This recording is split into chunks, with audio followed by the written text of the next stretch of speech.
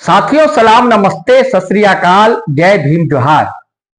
साथियों, रोजा फिल्म का एक गाना है, आपने भी सुना होगा।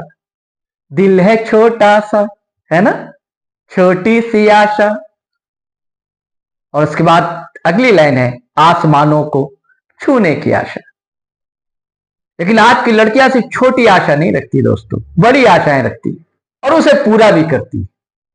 अपने परिश्रम, अपनी मेधा, अपनी प्रतिभा के बल पर और आत्मविश्वास के बूते अपनी सारी तमन्नाएं, हसरतें पूरी करती। और अगर दम हो तो किसी भी तरह की बाधाएं को आप परास्त कर सकते हैं। और ऐसा आज लड़कियां कर रही हैं, और हमारे अपने झारखंड की बेटियां कर रही हैं, रांची की बेटियां कर रही हैं, और अपने जलवे विदेशों में बिखेर रहे हैं। कई मिसालें हैं दोस्तों, कई उदाहरण आपके सामने। लेकिन आज ऐसी लड़की की कहानी से रूबरू हम आपको करवाएंगे कि आप चकित रह जाएंगे, जिसने सामाजिक, आर्थिक तमाम विपरीत परिस्थितियों को परास्त करते हुए अपना परचम, अपने देश का परचम, अपने झारखंड का नाम रोशन किया, अब परचम फहराया विदेशों में, 7 समंदर पार में। उसे मिलवाएंगे और कुछ कहानियां शुरुआत में बताएंगे। लेकिन इससे पहले साथियों, हमारा चैनल सब्सक्राइब कर लीजिए, ज्वाइन कर लीजिए और वीडियो धड़ाधड़ फटाफट शेयर कीजिए, कमेंट कीजिए, लाइक कीजिए। चलिए ब्रेक लेते हैं थोड़ी देर के लिए, फिर कहानी शुरू करते हैं और उसके बाद बतियाते हैं उस मेधावी लड़की से।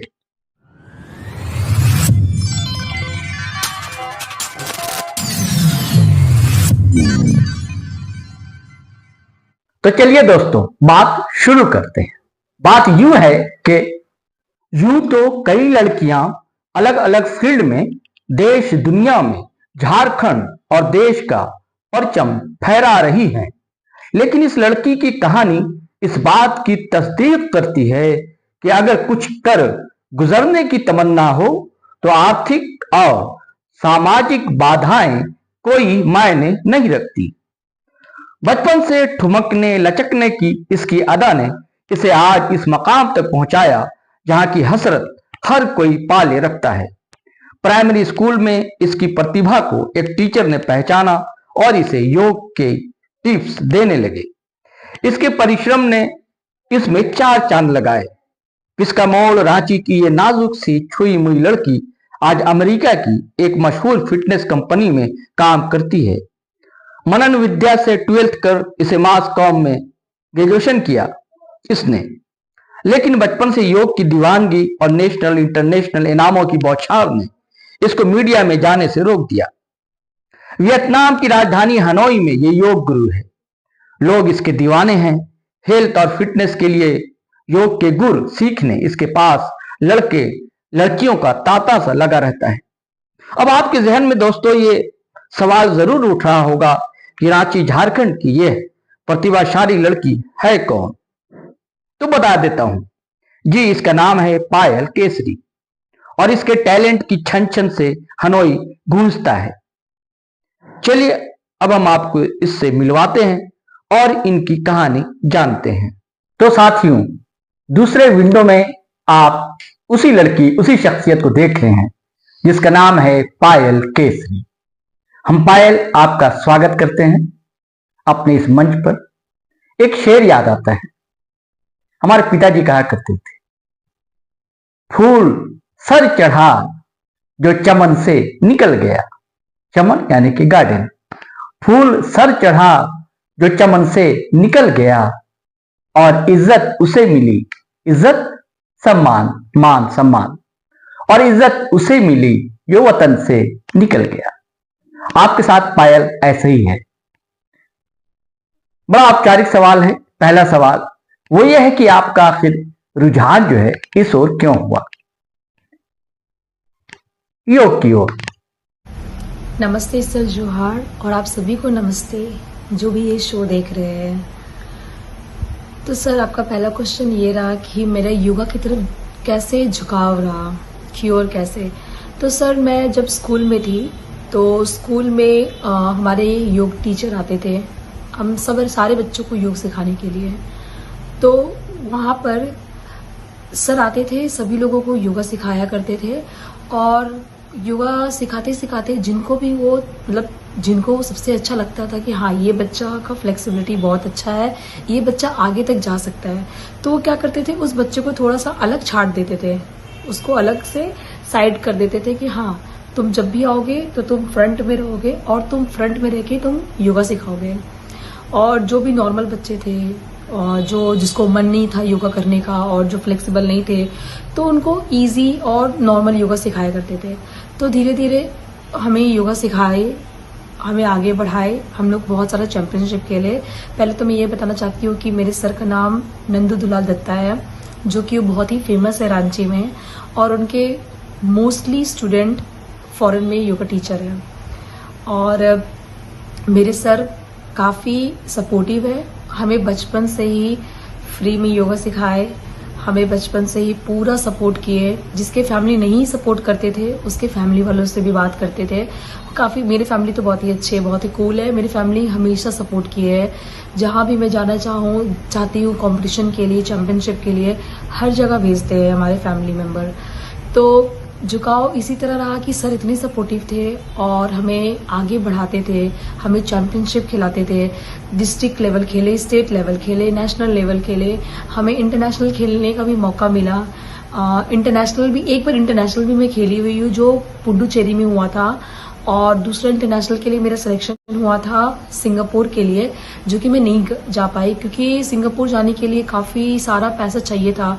सबसे पहले तो ये मैं ये बोलना चाहूँगी मुख्यमंत्री जी से, जो भी झारखंड के मुख्यमंत्री जी हैं और जो भी आएंगे इन फ्यूचर, आप प्लीज़ जो भी बच्चे खेल में आगे बढ़ना चाहते हो, प्लीज़ उसे आगे की तरफ बढ़ावा दे, उसे सपोर्ट करिए। जैसे हरियाणा सरकार हमेशा सपोर्ट करती है, सारे जितने भी खेलते हैं लोग, जितने भी अलग अलग कंपटीशन, अलग अलग गेम्स खेलते हैं, उसको सबको आगे बढ़ावा देती है। तो मैं ये चाहती हूँ कि सर आप भी प्लीज़ बढ़ावा दीजिए। अगर आप मेरी वीडियो सुन रहे हैं या नहीं भी सुन रहे तो प्लीज़ उन तक पहुंचाइए कि हाँ जो भी बच्चे आगे जाना चाहते हैं उसे बढ़ावा दीजिए। अब तो मैं खेल ली, अब तो मैं आगे जॉब भी कर रही हूँ, बट अब जो भी बच्चे आना चाहते हैं, किसी की फैमिली बहुत रिच नहीं होते हैं और किसी के फैमिली मेंबर सपोर्ट नहीं करते, अगर हमारी सरकार हमें, हमारी टीचर सपोर्ट करेंगे तो बच्चे बहुत आगे लेवल तक पहुंचेंगे। तो सर मेरे यहीं से मेरी शुरुआत हुई, स्कूल से ही, और मेरे सर ने बहुत सपोर्ट किया हमें। और मैं यही बोलूँगी कि जैसे ही मैं सर का सपोर्ट, इनकरेजमेंट देती थी, मुझे खुद पे खुद मन करता था कि हाँ मैं ये करूँ वो करूँ, मैं अलग अलग लेवल खेलूँ। जब मैं जाती थी, जब मैं बच्चों को देखती थी, अच्छा बच्चे इतने अच्छे कर रहे हैं, इतने आगे तक बढ़े हुए योग में, तो मुझे लगता था हाँ मैं भी प्रैक्टिस करूँ और मैं भी उस लेवल तक पहुँचूँ। तो ये सारा श्रेय मैं अपने नंदू दुलाल दत्ता सर को देती हूँ और अपने मम्मी पापा और मेरे नाना नानी को देती हूँ, क्योंकि मेरे नाना नानी बहुत सपोर्टिव है। मैं बचपन से ही अपने नाना नानी के पास रही हूँ, तो मेरे नाना जी बहुत सपोर्टिव। आप देख रहे होंगे फोटो में यहाँ पे, वो मेरे नाना जी है, ये बहुत सपोर्ट करते थे मुझे। अब तो ये नहीं रहे इस दुनिया में, इनके बदौलत मैं यहाँ पे हूँ। क्यों? क्योंकि वो चाहते थे कि मैं फॉरेन कंट्री में काम करूँ और मैं आज फॉरेन कंट्री में हूँ। क्या कोई आपके परिवार में योग के टीचर थे, योग गुरु थे? सर मेरे परिवार में तो कोई भी योग शिक्षक नहीं है, और मतलब कि मेरे से पहले कोई भी शिक्षक भी नहीं थे मेरे परिवार में। और रहा बात की शिक्षक का, तो योग में तो कोई भी इंटरेस्टेड नहीं थे मेरे, कोई भी फैमिली मेंबर। और मैं ही थी जो, पता नहीं कैसे मैं योग में आ गई अपने मतलब कि कोई थे नहीं, तो मतलब मेरे को भी नहीं पता कि मैं कैसे आ गई। मेरे को लगता है कि मैं बस आई हूँ, जिस स्कूल में मैं पढ़ा करती थी उस स्कूल में मेरे सर आते थे मुझे सिखाने के लिए, और उन्होंने मुझे अलग से साइड किया, मुझे अलग से सिलेक्शन किया कि हाँ ये बच्ची कर सकती है, आगे बढ़ सकती है। तो मेरे को लगता है कि बस अपने सर के बदौलत मैं आगे बढ़ी हूँ और मैं टीचर बनी हूँ। जो भी हूँ आज मैं अपने सर की वजह से हूँ। जब से मैं बनी हूँ उसके बाद मेरे भाई अब वो टीचर है, और वो टीचर भी है तो कंप्यूटर का टीचर है गवर्नमेंट स्कूल में। मतलब योग से तो उसका कोई तुलना नहीं है। तो सर बस मैं ही हूँ। अब पहले आप ये बताएं कि रांची जैसे शहर की योगा प्रेमी लड़की पत्रकार बनने दिल्ली कैसे चली गई और बाकायदा मास कॉम की डिग्री भी ली, लेकिन मीडिया के फील्ड में गई नहीं? इसकी तो कोई वजह होगी पायल, बताएं आप। हाँ जी सर, मैं एक्चुअली ग्रेजुएशन की हुई हूँ एमिटी यूनिवर्सिटी से और मैं सब्जेक्ट ली थी जर्नलिज्म एंड मास कम्युनिकेशन। मैं इसलिए जर्नलिज्म एंड मास कम्युनिकेशन करना चाहती थी क्योंकि मेरे पापा जर्नलिज्म लाइन से हैं और मैं चाहती थी कि जर्नलिज्म लाइन से मतलब कि मेरे पापा प्रभात खबर में एज अ न्यूज़ एजेंसी के तौर पे काम करते हैं क्योंकि उनके अंडर सारा पेपर गिरता है। तो वो प्रभात खबर भी हैंडल करते हैं, दैनिक भास्कर भी हैंडल करते हैं, ऐसे और भी 2-3 कोई अखबार हैंडल करते हैं। तो मेरे पापा ये क्या करते थे कि अच्छा तुम इस लाइन में जा सकती हो क्योंकि मैं बहुत ज़्यादा बोलती हूँ और मुझे बहुत ही अच्छा लगता है कहीं से भी कुछ भी खबर को मतलब जानना, कैसे क्या हुआ क्यों हुआ उस चीज़ को, मतलब कि होता है ना कि सर जानना चाहते हैं कि अच्छा कैसे हुआ क्यों हुआ। तो मेरे पापा क्या करते थे कि तुम ये चीज़ अच्छे से कर सकती हो और मेरे को लगता है कि तुम इस फील्ड में आगे बढ़ोगी, तो मैं चाहता हूँ कि तुम इस चीज़ में करियर चूज़ करो क्योंकि आजकल तो BBA BCom और भी अदर सब्जेक्ट होते हैं, लोग बहुत लोग लेते हैं और आगे इस फील्ड में मतलब कि बहुत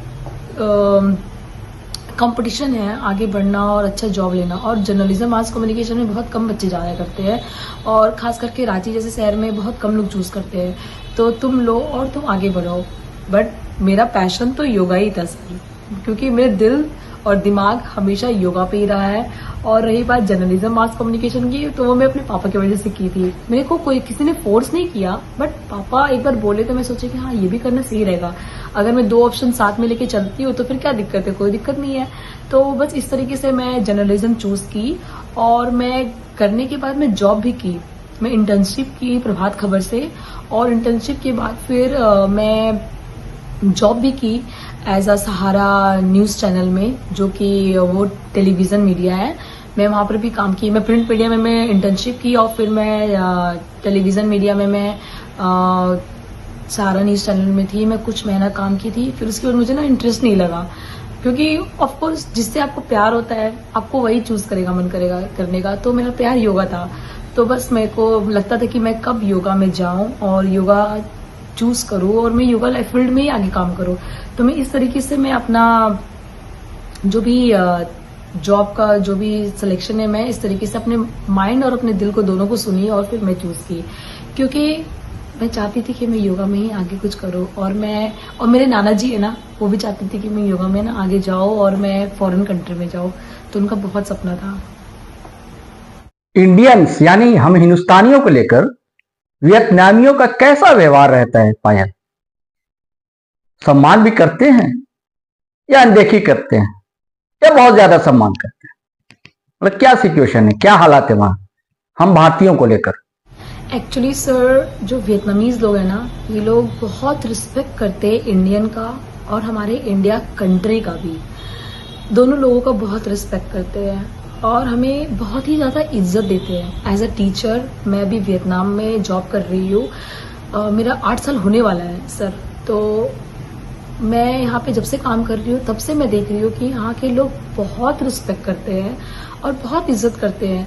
जिस तरीके से यहाँ पे टीचर का इज्जत मिलता है ना सर, मुझे बहुत ही अच्छा लगता है। मतलब कि ऐसा रिस्पेक्ट मेरे को नहीं लगता कि इंडिया में भी मिलता होगा, जिस तरीके से ये लोग इतना रिस्पेक्ट करते हैं। और ये सिर्फ टीचर का नहीं, और भी लोग जैसे ऐसे कोई भी लोग होते हैं ना, ये सबके साथ बहुत ही हेल्पफुल है और बहुत ही प्यारे, बहुत ही अच्छे हैं यहाँ के लोग और सपोर्टिव भी बहुत है। अगर मैं किसी भी चीज में सपोर्ट मांगू या कुछ भी चीज हेल्प भी मांगू ना, तो वो सबको बता देते हैं और सब आ जाते हैं मुझे हेल्प करने के लिए। तो इनका व्यवहार बहुत ही प्यारा, बहुत ही अच्छा है।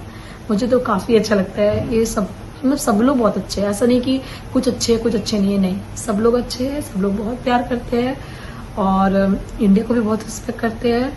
और इंडियंस के सारे लड़के लड़की सभी लोगों को ये बोलते हैं बहुत ही हैंडसम और बहुत ही सुंदर है।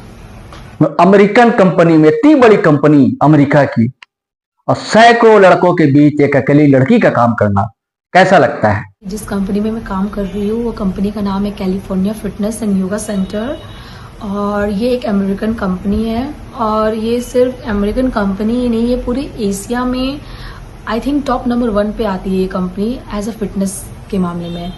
तो ये कंपनी बहुत ही फेमस और बहुत ही पॉपुलर है पूरे एशिया कंट्री में। और सर मतलब कि जिस कंपनी में मैं काम कर रही हूँ उस कंपनी के जितने भी टीम मेंबर है, जितने भी लोग हैं, सब बहुत ही प्यारे और बहुत ही हेल्पफुल है। मतलब मैं किसी से भी कुछ भी हेल्प मांगूँ, सपोर्ट करूँ तो सब लोग सपोर्टिव है, सब लोग सपोर्ट करते हैं। और इसमें अलग अलग जैसे कि हमारी कंपनी में अलग अलग तरीके जैसे योगा सिखाया जाता है, जुम्बा, बेली डांस, सब कुछ बहुत कुछ सिखाया जाता है, जिम वगैरह सब कुछ। तो योगा एक डिपार्टमेंट है, उस डिपार्टमेंट में आई थिंक 100 से भी ज़्यादा इंडियन योगा टीचर होंगे। और सिर्फ ये हनोई में नहीं है, ये वियतनाम के सारे अलग अलग सिटी में, मतलब सारे नहीं, कुछ कुछ सिटी में है ये हमारा सेंटर। और जो भी हमारा क्लब है योगा का वो कुछ कुछ सिटी में है। और ये पूरी सिटी को मिला करके आई थिंक 100 से ज़्यादा इंडियन योगा टीचर है जो कि मेल है। और मैं एक इकलौती फीमेल योगा टीचर हूँ इंडियन। तो मुझे काम करके बहुत ही अच्छा लगता है और मुझे बहुत ही क्या बोलूँ, खुशी होता है कि आप एक अकेले हो। और मुझे एक प्राउड भी फील होता है कि हाँ, मैं अकेली एक लड़की हूँ जो मैं अपने एक कंपनी में हूँ और मैं अपने कंपनी को सपोर्ट कर रही हूँ। और ऐसा नहीं है कि मैं सिर्फ लेजी की तरह काम करती हूँ, नहीं, मैं एक एक्टिव और एनर्जेटिक टीचर हूँ और मुझे अच्छा लगता है काम करके मेरी कंपनी में। और लड़कियों का व्यवहार वहां के समाज में कैसा है, कैसा व्यवहार करते हैं वहां के लोग तुम्हारे साथ? लड़कियों को लेकर के वियतनाम में मतलब कि यहाँ के लोग लड़कियों को ज़्यादा रिस्पेक्ट करते हैं, क्योंकि यहाँ की लड़कियां जो होती है ना वो सब कुछ करती है। मतलब कि यहाँ पे मेल के, अगर मैं मेल और फीमेल देखूँ तो हमारे इंडिया में क्या होता है कि मेल ज्यादा काम करते हैं और फीमेल कम काम करती है, फीमेल घर को ज्यादा संभालती है, बाहर नहीं। बट यहाँ पे फीमेल ज्यादा बाहर काम करती है, हर चीज में, हर फील्ड में, हर सेक्टर में। किसी भी ऐसा कोई सेक्टर नहीं है कि जिसमें फीमेल जो है वो कम है और मेल ज्यादा है, नहीं, हर चीज में फीमेल ज्यादा है यहाँ पर। और यहाँ पे मेल ऐसे होते हैं जो वो घर संभालते हैं, सारे मेल नहीं, कुछ मेल ऐसे पहले ऐसे किया करते थे कि वो घर में संभालते थे, बच्चों को घर में देखते थे सब कुछ, और फीमेल काम करती थी। बट अब मेल भी आने लगे बाहर और मेल भी काम करने लगे हैं। तो मतलब कि यहाँ पे मेल और फीमेल को इक्वल नहीं, यहाँ पे फीमेल को ज्यादा ऊपर देखा जाता है। जैसे हमारे इंडिया में मेल को ज्यादा ऊपर देखा जाता है और फीमेल को थोड़ा कम, तो यहाँ पे मेल को ऊपर देखा जाता है और फीमेल को थोड़ा कम। मतलब कि यहाँ पे लोग फीमेल, आई थिंक आप ये बोल सकते हैं कि ये female how I can say like female supportive है, मतलब यहाँ पे ज्यादा। और आपको पता है जब वियतनाम में वॉर भी हुआ था तो यहाँ पे वॉर जो जीता गया था वो एक फीमेल की वजह से ही जीता गया था। तो आई थिंक इसलिए यहाँ पे लोग फीमेल को ज्यादा दर्जा देते हैं। देखो ये तो सच है, अब हर फील्ड में बच्चियां, लड़कियां और झारखंड की भी बेटियां आगे आगे हैं, अपने शहर का, अपने परिवार का, अपने स्टेट का, अपने देश का नाम रोशन कर रही हैं। तो तुम क्या संदेश देना चाहोगी, जो नई जनरेशन है उसे क्या पैगाम देना चाहोगी? जी सर, आप सही बोल रहे हैं कि अब आजकल रांची झारखंड की लड़कियां बहुत अच्छा, बहुत ही ऊपर लेवल तक पहुंच गई है और अपना परचम लहरा रही है हर अपने अपने अलग अलग फील्ड में, जो कि मुझे देखकर बहुत ही खुशी होती है। और मैं देख रही थी कि कुछ दिन पहले मैं न्यूज़ में भी देखी थी कि आर्चरी में और हॉकी में भी रांची की, झारखंड की लड़कियां बहुत अच्छे लेवल तक पहुंच चुकी है। तो मुझे अच्छा होता है, खुशी होता है देख करके। और जब कोई स्पोर्ट्स में आगे बढ़ता है ना तो मुझे और भी अच्छा लगता है और खुशी होता है। और मैं इस नई जनरेशन को मैं ये बताना चाहती हूँ, ये संदेश देना चाहती हूँ कि देखो, अभी फ़ोन चलाने से और मतलब फ़ोन चलाने से, बॉयफ्रेंड गर्लफ्रेंड बनाने से, जो भी कुछ करने से, इससे कुछ भी नहीं मिलेगा। पहले अपना फ्यूचर बना लो।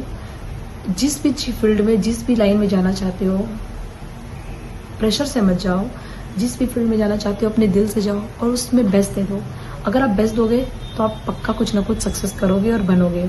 अगर आप बेस्ट नहीं दोगे तो आप नीचे गिर जाओगे। तो कुछ टाइम के लिए अपना फ़ोन और जो भी, अगर आप लव कनेक्शन देख रहे हो उसको थोड़ा सा दूर रखो। एक बार आप सेटल हो जाओ, फिर आप आगे बढ़ो, कोई दिक्कत नहीं है। उसमें आपके फैमिली वाले भी सपोर्ट करेंगे। अगर आपकी फैमिली वाले भी स्ट्रिक्ट है और नहीं सपोर्ट करना चाहते हैं ना, अगर आप कुछ बन जाओगे तो आपकी फैमिली वाले भी सपोर्ट करेंगे हर चीज़ में। अगर आप किसी भी चीज़, कोई भी चीज़ करना चाहते हो तो पहले आप एक अच्छा इंसान बन जाओ और फिर आप कुछ भी करो अपने लाइफ में, आपके फैमिली वाले लोग आपको और प्यार करेंगे। और रही बात मेरी, मैं आपको एक मैसेज देना चाहती हूँ, मैं एक एग्जांपल देना चाहती हूँ। मेरे घर से कोई भी लोग फॉरेन कंट्री में नहीं है, ना ही जॉब करते हैं। उनको ये लगता है कि हाँ रांची तक रह जाओ या दिल्ली मुंबई बेंगलोर चले जाओ और उस चीज़ में आगे जाकर के अपना परस्यू करो, कोई भी चीज़ कमाओ तो ज़्यादा अच्छा है। अच्छा हाँ मेरे बच्चे वहाँ पहुँच गए, बट अगर आप फॉरेन कंट्री निकलते हो ना तो आपकी फैमिली का थोड़ा जो लेवल होता है ना देखने का, दूसरे लोगों का नज़रिया वो अलग होता है और वो बढ़ जाता है। तो आज की डेट में ना मेरे पापा से बहुत लोग पूछते हैं, अच्छा आपकी बेटी वहाँ पे है, वहाँ पे काम कर रही है, बहुत अच्छी बात है। तो मेरे पापा को ना थोड़ा प्राउड फील होता है।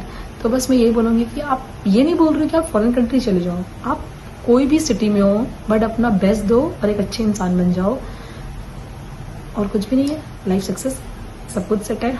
पायल, आपका बहुत बहुत शुक्रिया, धन्यवाद। देखिए साथियों, हनोई में जहां से बातचीत कर रही हैं पायल, वहां बाढ़ आई हुई है, सैलाब है चारों तरफ। ये तस्वीरें आप देखें, बड़ी प्रॉब्लम है वहां। इसके बावजूद कैसे नेट एक्सेस हो गया, 2-3 दिनों की कोशिश थी हम लोगों की, आखिर ये बातचीत हो गई। तो हम बड़े आभारी हैं आपके पायल, बहुत बहुत शुक्रिया आपका। और साथियों, एक आग्रह होगा कि आप जो है पायल का भी यूट्यूब चैनल है, मास्टर पायल केसरी के नाम से, इंस्टा पर भी इनकी आईडी है, आप लोग जरूर फॉलो करें, हमें अच्छा लगेगा। इस नई प्रतिभा को सपोर्ट करें आप।